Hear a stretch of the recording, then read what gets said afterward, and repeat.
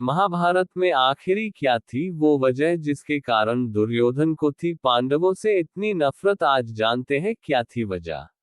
महाभारत के कई ऐसे पात्र हैं जिन्हें आज भी याद किया जाता है, लेकिन एक ऐसा पात्र है जिसका जिक्र करना शायद किसी को पसंद नहीं होगा। जी हाँ, आप सही समझ रहे हैं, हम बात कर रहे हैं दुर्योधन। महाभारत का ऐसा पात्र है जिसके कारण महाभारत का युद्ध छिड़ा। इसने नहीं भरी सभा में द्रौपदी का चीरहरण किया था। ये ऐसी बातें हैं जिनके बारे में हर कोई जानता है, लेकिन क्या कभी किसी ने सोचा है कि आखिर दुर्योधन क्यों थी पांडवों से इतनी नफरत थी? क्यों उसने पांडवों को बेइज्जत करने के लिए द्रौपदी का चीरहरण किया था? चलिए आज हम आपको बताते हैं कि दुर्योधन पांडवों से इतनी नफरत क्यों करता था। पौराणिक कथाओं के अनुसार दुर्योधन का जन्म माता गांधारी की कोख से हुआ। ऐसा कहा जाता है कि अपने जन्म से ही दुर्योधन विवादों और कई लोगों की महत्वाकांक्षाओं का बलि चढ़ा। शास्त्रों के वर्णन के अनुसार गांधारी और कुंती दोनों एक ही समय पर गर्भधारण किए हुए थी, परंतु माता कुंती के पहले संतान पैदा हो गई। जब गांधारी को इस बात का पता चला तो उसे बहुत दुख हुआ और वो सोचने लगी कि अब उसका पुत्र राज्य का अधिकारी नहीं बन पाएगा। गांधारी ने क्रोध और दुख के आवेश में आकर गर्भ पर प्रहार करके उसे नष्ट करने की कोशिश की। गर्भ नष्ट तो न हुआ, लेकिन प्रहार होने के कारण बच्चा काफी कमजोर पैदा हुआ, जिसे बचाने के लिए हस्तिनापुर समेत कई आसपास के राज्यों के वैद्यों को बुलाना पड़ा। बहुत मेहनत करने के बाद इसे बच्चा लिया गया। कहा जाता है कि इसके बाद इस बच्चे को सुयोधन नाम दिया गया। बता दे कि सुयोधन का अर्थ होता है भीषण आघातों को सहने वाला। कहते हैं बचपन से ही सुयोधन पर बहुत महत्वाकांक्षाओं का दबाव डाला गया। सुयोधन की मां गांधारी चाहती थी कि उसका बेटा राजा बने, जिस कारण बचपन से ही इस बच्चे को पांडव पुत्रों से घृणा हो गई। जब इसे पता चला कि युधिष्ठिर राज्य का भावी राजा है तो वो कुंठा यानी निराशा से भर उठा। जिस राज्य को वह अपने राज्य की संपत्ति समझता था अब वो दूर जा रही थी।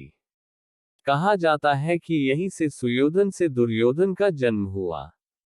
दुर्योधन पांडव पुत्रों से इतनी नफरत करता था कि उसने इन्हें मारने के लिए मामा शकुनी की सहायता से इन्हें खत्म करने के लिए अनेकों योजनाएं बनाई।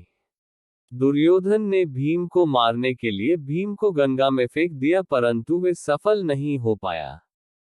इसके अलावा दुर्योधन ने लाक्षागृह में पांडवों को जलाने की कोशिश की, लेकिन इसमें उसके हाथ असफलता ही लगी।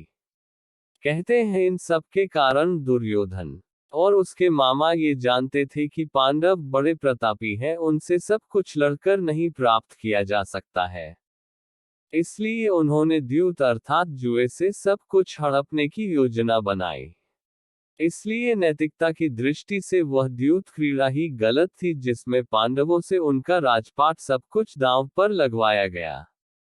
जुए में पांडवों द्वारा सब कुछ हार गए, यहाँ तक कि द्रौपदी को भी हार गए। अब पांडवों के प्रति दुर्योधन, कर्ण और उसके अन्य सहयोगियों ने मर्यादा की सभी सीमाएं तोड़ दी। एक नारी कुलवधू का भरी सभा में अपमान किया गया।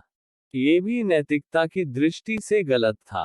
राजा धृतराष्ट्र ने द्रौपदी के विलाप और प्रार्थना पर पांडवों का सब कुछ लौटा दिया, लेकिन दुर्योधन अप्रसन्न रहा। अब तो उसने राजपाट वापस पाने के लिए 12 वर्ष के वनवास और 1 वर्ष के अज्ञातवास की शर्त जोड़ दी। उसका कहना था कि सब कुछ यूं ही लौटा दिया जाएगा तो हार जीत का मतलब ही क्या रह जाएगा। वह भी जीता हुआ राज्य भोगना चाहता है। इस पर पांडवों के लिए 12 वर्ष के वनवास और 1 वर्ष के अज्ञातवास की शर्त रखी गई। साथ ही यह शर्त भी थी कि यदि पांडव अज्ञातवास में पहचान लिए जाएंगे तो पुनः 12 वर्ष का वनवास और 1 वर्ष का अज्ञातवास भोगना पड़ेगा। जब द्यूत क्रीड़ा ही गलत थी तो ये शर्तें और वनवास नैतिकता की दृष्टि से उचित नहीं थे। ऊपर विवरण से स्पष्ट है, पांडवों का राज्य और सब कुछ दुर्योधन ने जीता जरूर था, लेकिन राजा धृतराष्ट्र ने उसे पांडवों को वापस कर दिया था। अब पांडवों का राज्य दुर्योधन के पास केवल गिरवी रखा थी। जब पांडव 12 साल का वर्ष वनवास काट के आए तो दुर्योधन ने उन्हें सुई की नोक के बराबर भूमि भी देने से मना कर दिया। जिसके बाद श्री कृष्ण शांति प्रस्ताव लेकर कुरु सभा में गए, तब दुर्योधन ने उसे भी ठुकरा दिया। माना जाता है कि इन्हों सब के चलते दुर्योधन के मन में पांडवों के लिए घृणा बढ़ती ही चली गई।